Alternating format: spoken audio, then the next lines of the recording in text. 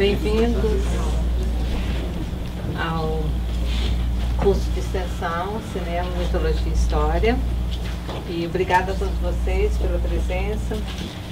Meu nome é Cecília, eu sou professora do Departamento de Filosofia e uma das coordenadoras e organizadoras desse curso, que conta com a coorganização do Igor, da História, né, doutorando do programa em História, e também um aficionado pelo cinema e mitologia. E esse curso ele tem também a participação de outros professores da universidade. Um deles está aqui, o professor Rafael Escopacasa, do Departamento de História, especialista em História Romana, e que vai ser um dos comentadores também do curso, né, durante o curso, quando falar sobre o filme Gladiador, quando a gente assistiu esse filme. Ele tem também a presença do professor Eduardo Boechat, que é um professor que chegou recentemente à universidade. Ele está fazendo um pós-doutorado no programa de filosofia. Ele é especialista em estoicismo, terminou mestrado e doutorado na Inglaterra e agora está associado aqui à Universidade de Minas Gerais, ao Departamento de Filosofia. Há também a presença da professora Sandra Biancher, que é do Departamento de Letras Clássicas, especialista em língua latina, língua e literatura latina, e também tem um grande interesse, trabalha com cinema e história e língua latina. Ela também fez um pós-doutorado nos Estados Unidos com o professor Martin Winkler, cuja obra é, em parte, a sustentação teórica desse curso, parte da obra dele. O professor Martin Winkler também participará do programa, porque ele vai, no dia da mesa redonda, ter uma intervenção por Skype. Ele já veio várias vezes ao Brasil, a Minas Gerais, né? Também a outros lugares do Brasil, mas a Minas já veio 8 vezes. E voltará em agosto, na época do Congresso de Retórica, para dar um mini curso, né, sobre Eisenstein e Peckinpah e retórica visual. E ele é uma pessoa que tem contribuído muito com os estudos de cinema, história, cinema e mitologia aqui na universidade. No Brasil, mas também, em particular aqui na universidade, por meio de vários mini-cursos, palestras. E outro professor que também participará do programa é o professor Edson Martins, que é da Universidade Federal de Viçosa, professor de latim. Nesse momento ele está fazendo um pós-doutorado aqui com o professor Jacinto, sobre Machado de Assis e os clássicos. Mas ele é também muito interessado em cinema, estudioso de cinema, e a gente está inclusive organizando um volume sobre cinema, recepção da cultura clássica no cinema, com várias contribuições, enfim. E ele, nesse momento, hoje, né, ele está fazendo parte do pós-doutorado dele, é também em Roma e nos Estados Unidos. Hoje ele visitou a Tinititá e mandou uma foto, né, para desejar felicidades assim, do início do curso. E na semana que vem ele vai para os Estados Unidos encontrar o Martin Winkler e um outro professor grego que também trabalha com cinema. Então, é um curso que reúne pessoas da área de história, filosofia e literatura, mas com grande interesse em cinema e a recepção dos clássicos no cinema. Esse curso de extensão, ele tem uma interseção com um curso regular, uma disciplina que eu dou aqui, por isso a turma, né, tem pessoas do curso de extensão, que se inscreveram independentemente, e os meus alunos do curso de cinema, mitologia e filosofia. Não história. As relações entre cinema, mitologia, história e filosofia são amplas e complexas, né?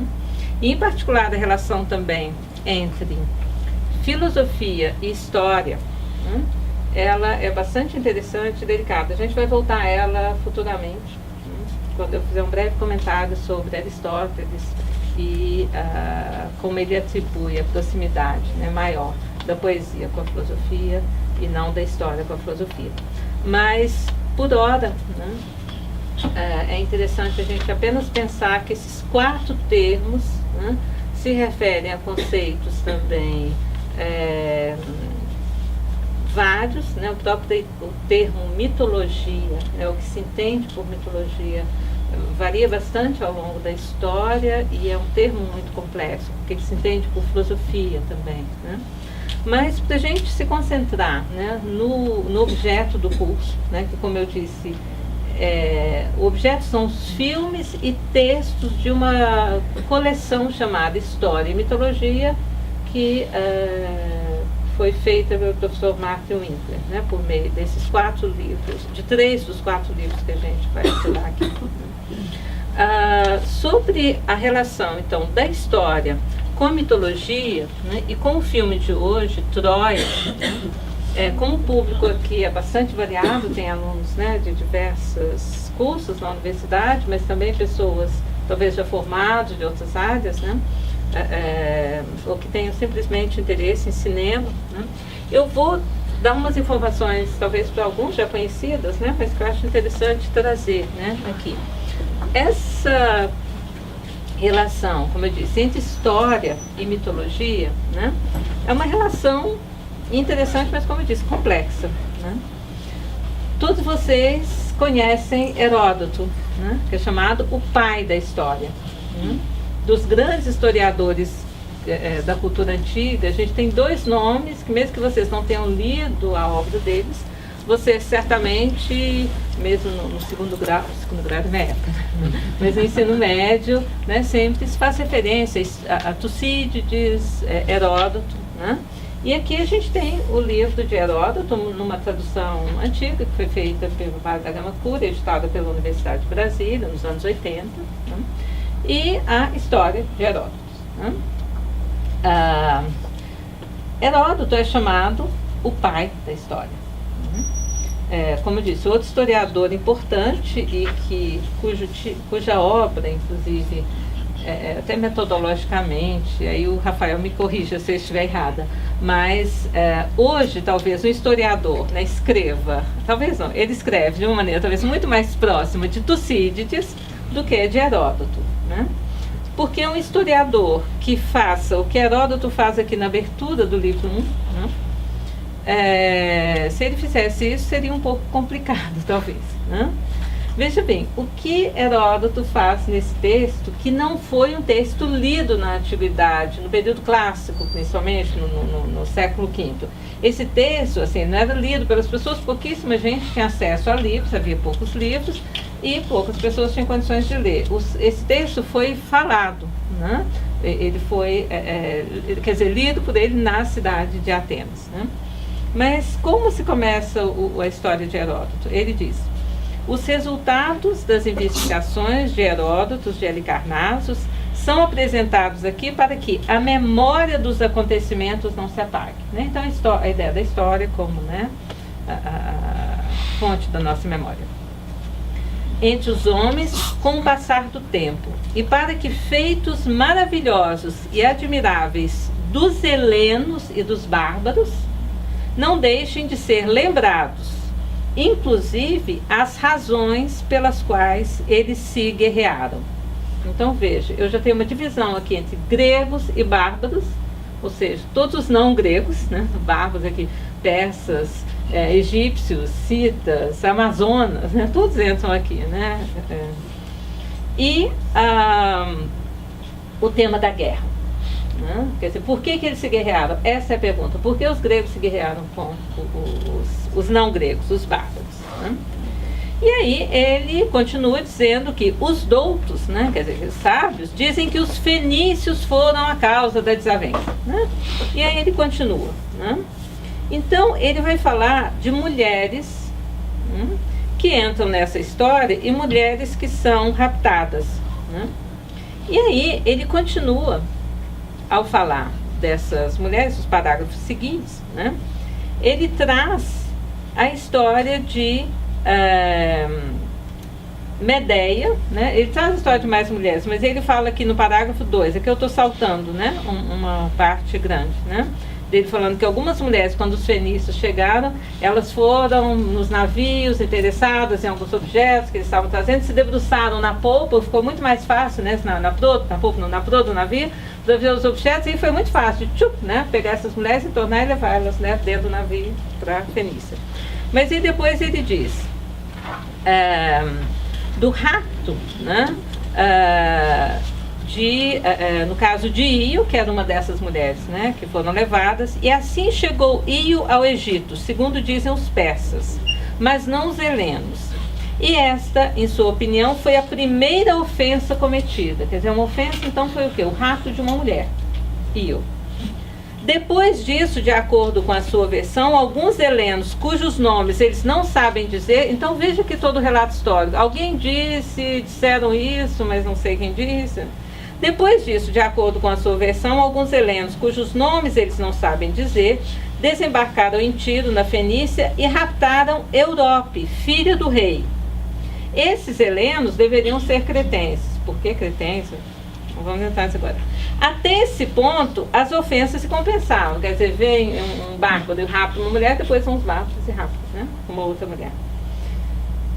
Até esse ponto as ofensas se compensavam, mas depois disso, dizem ele, os helenos foram culpados pela segunda ofensa.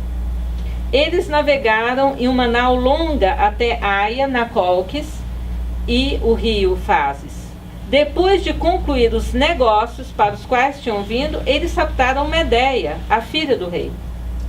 Quando o rei dos Cólquidos mandou um arauto para pedir reparação pelo rapto e restituição de sua filha, os helenos responderam que lhes tinha sido negada a reparação pelo rapto da argiva Io, né, de Argos, e portanto nada concederiam aos Cólquidos.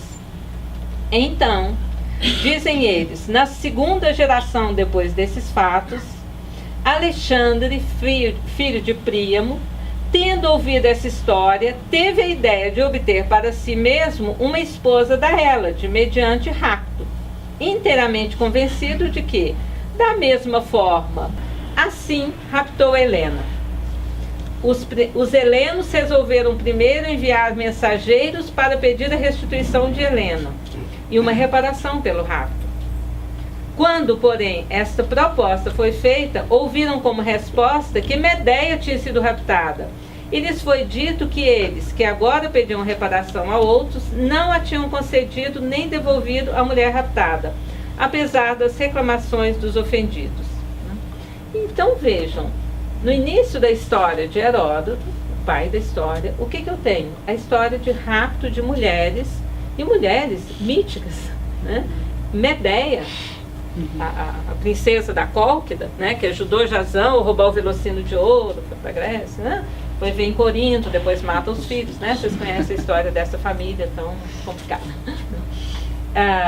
Medeia e depois Helena, né? Mas Medeia e Helena são figuras míticas, né? Mas é o início da história de Heródoto para ele falar da causa da guerra.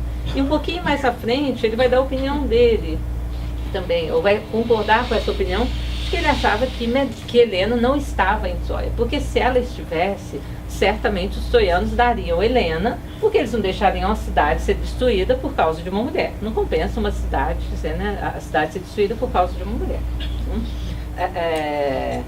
E principalmente uma mulher raptada, porque mulheres raptadas, né, elas são raptadas em parte porque elas querem ser raptadas.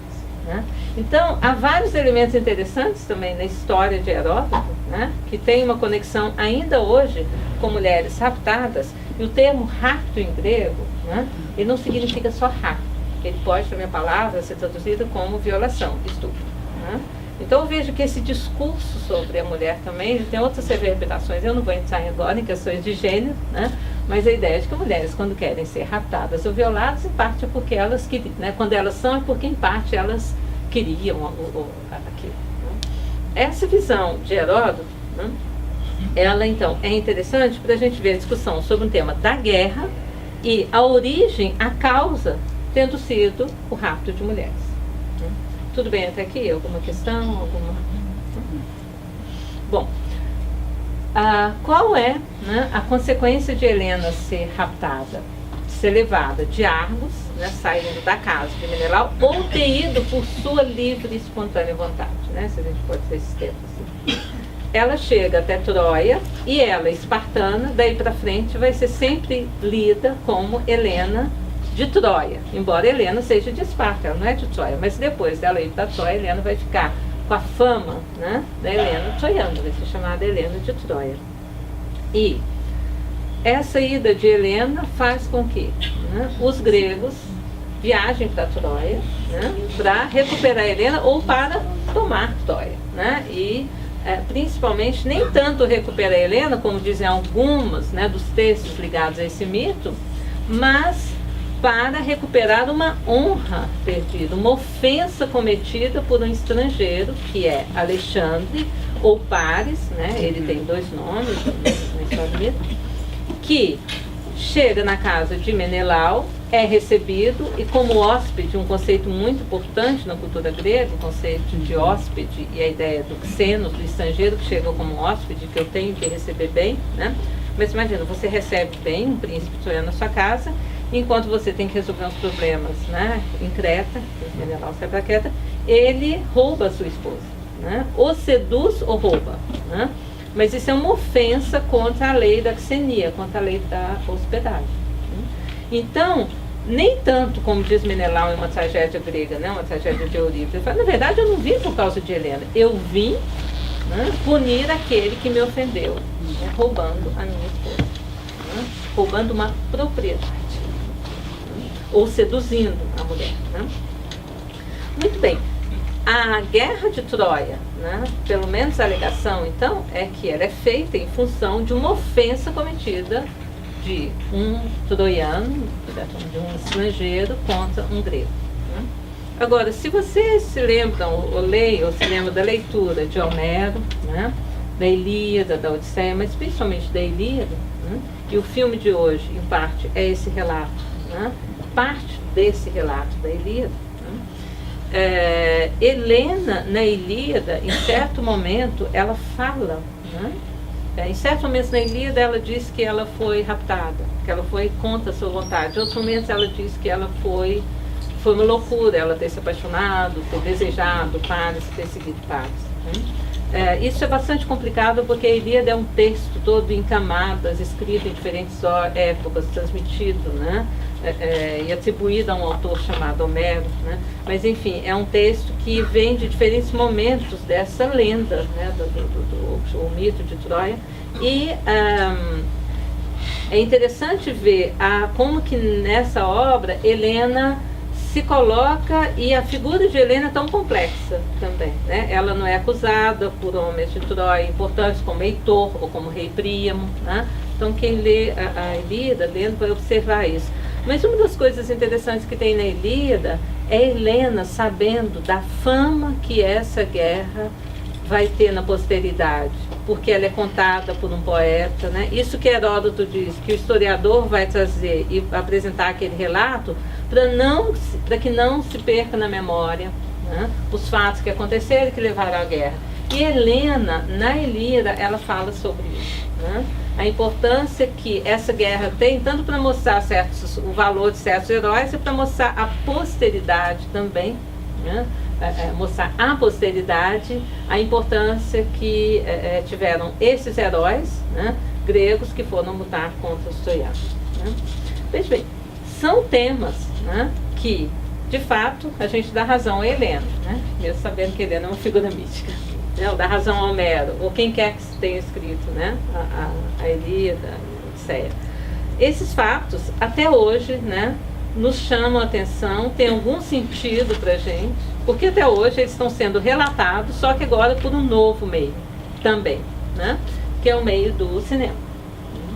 Então, a relação, né, dessas histórias com o cinema, né, o porquê dessas histórias ainda chamarem a nossa atenção, é em parte por um sentido que nós damos a ela a partir da nossa ótica. Né? Eu queria ler aqui um trechinho, né, de um dos capítulos desse livro, A História nos Filmes, Os Filmes na História, do Robert Rosenstone, né, um livro editado pela Blackwell e que foi traduzido para o português. Né? E no capítulo sobre capítulo 2, que se chama Ver o Passado, né? Esse texto, depois, quem quiser, aí pode mandar um e-mail para a gente, ele tem uma xerox dele na pasta de um dos cursos que eu dou. No capítulo 2, o autor diz: ver o passado, assistir à história que se desenrola diante de seus olhos, ter uma máquina que nos permita ver os feitos dos nossos antepassados e os principais acontecimentos que moldaram o nosso mundo. Sem dúvida, um desejo desse tipo antecede a invenção por parte de Louis e Auguste Lumière do equipamento mais elegante e revolucionário de todos, o cinematógrafo. E aí ele faz mais alguns comentários, né, do que foi a criação do cinematógrafo, né, e ele, no terceiro parágrafo, diz: no início da história desta nova mídia, algumas pessoas achavam que parte do seu potencial de sucesso residia simplesmente nessa capacidade de nos fazer ver o passado. Um crítico teatral francês descreveu, em 1908, as aspirações do cinema não apenas como a capacidade de reproduzir o mundo contemporâneo, mas também cito, de dar vida ao passado, reconstruir os grandes acontecimentos da história por meio do desempenho do ator e da evocação da atmosfera e do ambiente. Fecha a citação. E aí ele cita o famoso diretor americano, Griffith, né, e diz: Griffith, diretor de um dos primeiros grandes filmes históricos, e certamente o mais polêmico, O Nascimento de uma Nação, imagino que vários de vocês já tenham assistido, quem não assiste esse filme, inclusive, tem acesso, né, livre, acho que está no YouTube, né? Mas é um filme importantíssimo, belíssimo sobre vários aspectos, mas também complicadíssimo sobre outros aspectos, né? Mas esse filme, então, O Nascimento de uma Nação, Griffith foi um missionário virtual desse tópico. É interessante essa palavra, missionário, né? A ideia de levar, de conduzir assim, um propósito, né? Que às vezes é atribuído até a nós, professores também, né? Ser um missionário da cinefilia, no caso, né? Em 1915, Griffith afirmou que a maior contribuição do cinema havia sido, cito, o tratamento de temas históricos. Fim de citação. E ele gostava de mencionar, entre aspas, educadores que haviam dito, pelo menos é o que ele, Griffith, afirmava, que um filme pode, cito novamente, infundir em um povo, em uma noite, tanta verdade histórica quantos muitos meses de estudo. Fim de citação. Veja bem, isso vai ficar para a gente discutir, né? Não só, talvez, em certos momentos, após assistir aos filmes, mas também nos seminários e no dia da mesa redonda, né? Esse aspecto pedagógico do cinema, né? O aspecto do cinema, quer dizer, infundir, né? Quer dizer, qual é a finalidade também de um filme, né? Ele pode ter esse caráter pedagógico. Agora, um filme é mais do que isso também, né? Não que isso não seja importante, né? Mas o filme também tem a sua autonomia estética. Ele pode ser percebido de outra maneira, mas de qualquer forma, né? Ele tem sim, se a gente pensa na história até do cinema brasileiro, no período Vargas, né, o projeto, né, dos filmes históricos, né, de diretores que se alinharam com o projeto de educação, né, por meio do cinema, se pensar na Leni Riefenstahl, na Alemanha, com Goebbels, né, e todo o projeto, quer dizer, vários, o próprio nos Estados Unidos, né, Hollywood. Então, é dar uma primeira visão sobre esses temas, né? Então, o objetivo, vocês não vão ter que fazer nenhuma prova, nada, né? A simples participação, né? E o descobrimento, né, desse material, da existência desses temas já é o que nos interessa aqui, né? Então, mesmo que parte do público tenha alguma dificuldade com a língua estrangeira, isso não impossibilita em nada a apreciação do curso, né? Sobre essa relação entre um filme e o momento histórico que ele representa, na verdade, é engraçado falar o momento histórico que Troia representava, porque a Guerra de Troia é também um mito, né? A Guerra de Troia não existiu. Então, não é um objeto histórico, né? Mas aquele momento que ele representa, às vezes não é tão importante quanto o momento em que o filme está sendo feito, né? E que ele revela, né? Então, às vezes, um filme que a gente chama histórico, nesse sentido, né, que ele representa um momento histórico, o mesmo momento mítico, ele vai dizer mais daquele momento em que ele é feito, né? E aqui eu queria ler um trechinho na página 3, né, desse prefácio do Mark Winkler, né, sobre não só o filme Troia, mas o filme Gladiador, sobre o qual, né, o Rafael vai falar na nossa terceira sessão, né, no mês de maio. Então, Martin diz: como Petersen, que é o diretor desse filme, né, ele mesmo havia dito, todo o sucesso do filme, né, o gigantesco sucesso do filme Gladiador, que foi feito em 2000, né, que foi o primeiro, ele ocorreu e ele foi o primeiro, né, o primeiro épico desde um trabalho em larga escala que aconteceu nos anos 60. E a gente vai ver aqui um desses filmes, que é o último filme do curso, né, a Queda do Império Romano, que é um filme, então, de uma década em que apareceram esses grandes épicos em certo momento, né, novamente no cinema. E aqui ele fala, Gladiador, então, voltou, né, e foi Gladiador que fez Troia possível, né? Então é interessante, o sucesso do filme Gladiador trouxe, né, a possibilidade de fazer um filme como Troia. Nas palavras de Petersen, né, Gladiador foi uma grande surpresa para a indústria. Veja, a ideia também do cinema aqui, e a gente não pode esquecer disso, como indústria cultural, né? Então, assim, um filme, ele é um objeto tão complexo, que envolve tantas possibilidades, né, inclusive também de perspectiva, de análise, né, como elemento da indústria cultural, como obra de arte, no seu aspecto pedagógico, né, como Griffith, como a gente mesmo, como professores de trabalho, né.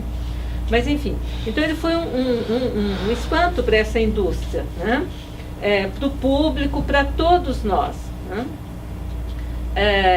Porque, como você sabe, né, é um tipo de conexão com um tipo de filme, né, que a gente não via há décadas, esse gênero, né, épico. Ele se tornou um sucesso enorme, né,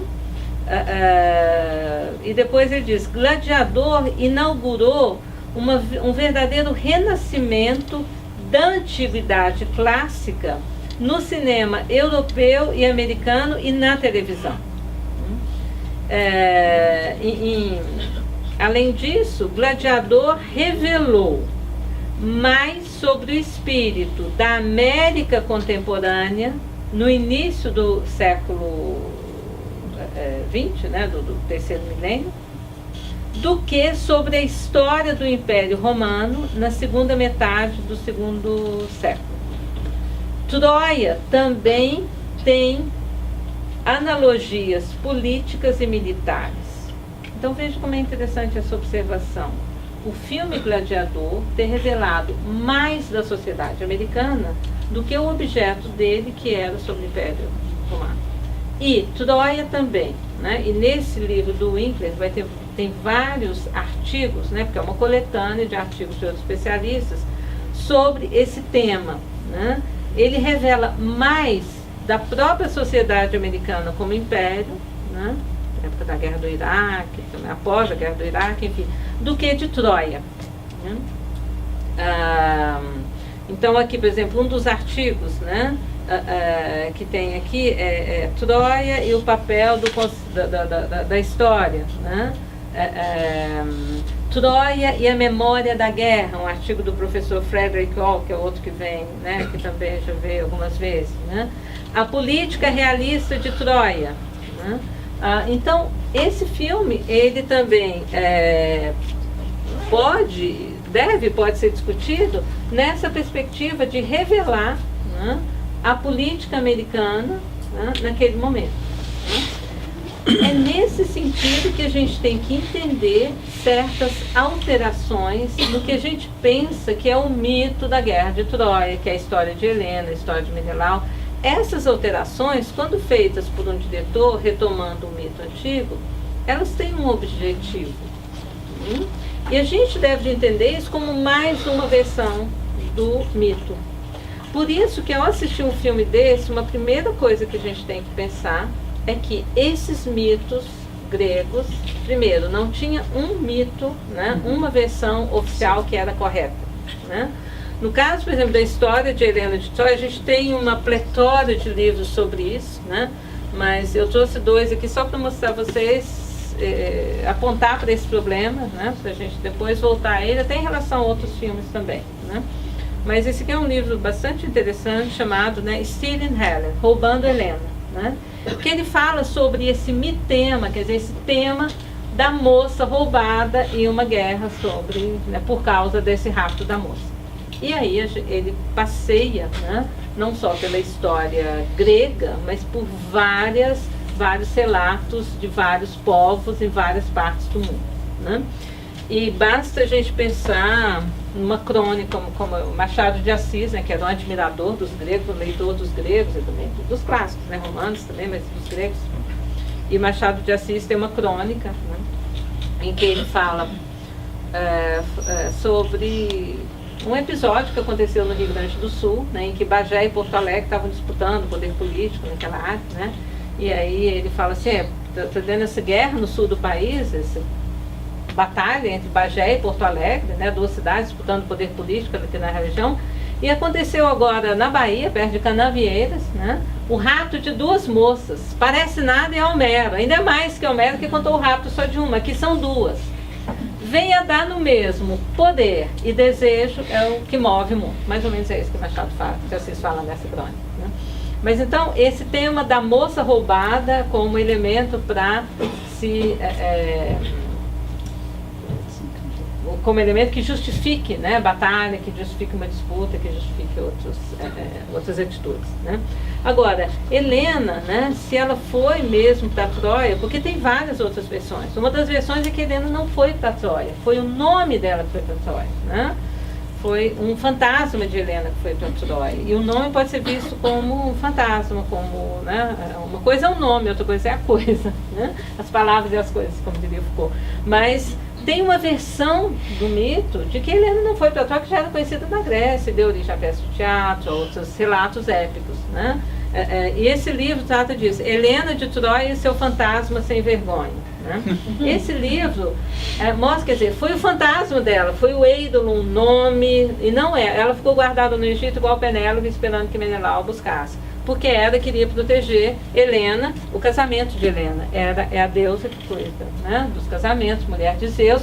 Outra coisa é o desejo, é o tema de Eros, né, do desejo. Isso é interessante a gente pensar também na cultura grega em relação a Helena e a Afrodite. Afrodite é a divindade que cuida dessa esfera do desejo. Outra coisa é a esfera do casamento. São coisas que hoje são difíceis de a gente separar, porque há todo um mito do amor romântico, e esse filme trabalha com isso, com uma Helena, né, e com um Paris, que está muito dentro desse esquema hollywoodiano até do casal, do amor eterno. Tudo. Quando a gente vai ler o mito de Helena, os certos relatos, é um outro aspecto, né, que a gente tem que considerar, que é esse conceito de Eros, de desejo, de Afrodite, da esfera, né, do desejo. E por que até que ela não é punida também, como outros personagens do mito são. Mas, como eu disse, os mitos na Grécia, eles têm várias versões. Então, é muito perigoso a gente pensar, esse filme, ele deturpou o mito, ele alterou o mito. Sempre assistam filmes sobre cultura grega, romana, mitologia, pensando que mitos estão sempre sendo alterados. O interessante não é que eles sejam estáticos, né? Mas é que, justamente que eles mudem, mas o que acontece quando um autor muda e altera no relato aquele mito? Tá claro? Então, assim, o que eu quisia fazer então aqui até agora era só dar, né, algumas informações sobre essa relação, como eu disse, entre mito, história, cinema, filosofia, esses temas, e falar de certos aspectos, medidas cautelares que a gente deve ter para assistir esses filmes e para receber, né, e apreciar inclusive esses filmes por meio de uma outra chave e sem essa preocupação como fidelidade. O filme não é como o livro, não é como Homero. Claro, não é como Homero, né? Odisseia, Eurípides não é como Homero, Borges não é como Homero, tudo, né?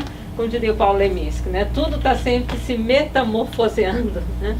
É uma metaformose constante. E a mitologia é isso, o mito é esse. E o cinema faz parte desse mito, digamos, né? Desse modo de sempre contar e narrar histórias, né? E que sempre dá tanto prazer, né? Bom, então agora a gente vai assistir o filme. Alguém tem alguma questão, alguma observação? Eu pediria só duas coisas. Primeiro, para os alunos que são do curso de extensão não deixarem de assinar a lista de presença que está fixada ali do lado daquela porta de trás.